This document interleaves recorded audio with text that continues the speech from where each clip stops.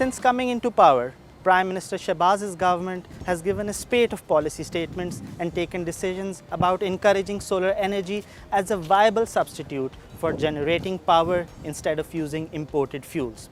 While all that seems great, the ground realities are not at all in sync with the government's claims. Today, we are going to go over some major obstacles Pakistan is facing in adopting solar energy, making the government's claims ring hollow.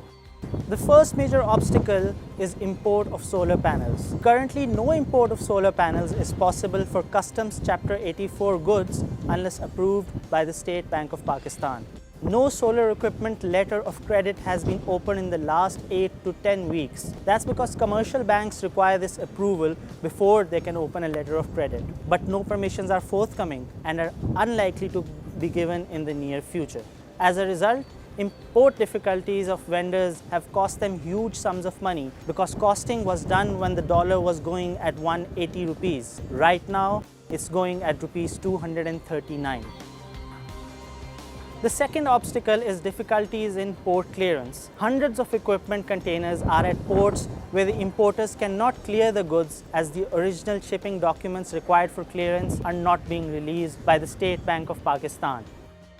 The third reason is that subsidized funding is no longer available. Funding for solar installations, such as a scheme introduced by the State Bank in 2016, offering rates as low as 3 to 4% per annum and with repayment periods extending up to a decade, is no longer available through commercial banks. And the biggest obstacle is that NEPRA is not helping the cause. NEPRA is the key regulator dealing with this, but it appears to be working for the interests of power distribution companies instead of the consumers.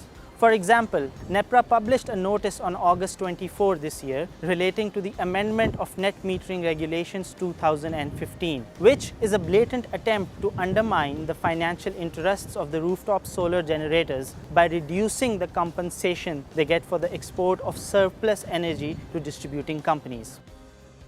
This situation results in DISCOs buying surplus rooftop energy at rupees 12.95 per unit and selling it back to you at rupees 27.67 per unit during off-peak hours and around rupees 34 per unit during peak hours. Generally, the criteria used worldwide, including in Europe and the United States, is to incentivize green energy.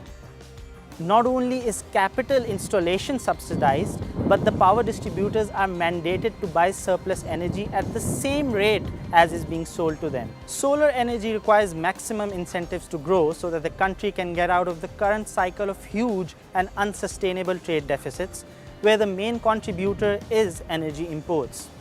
Incentivizing this energy source also encourages and channels consumer spending away from consumption to productive and fruitful investments that are also good for the economy. So, if the government really is serious about it, the Prime Minister and the Energy Minister must immediately step in and resolve these issues. Otherwise, the move to solar energy will remain a pipe dream for the foreseeable future.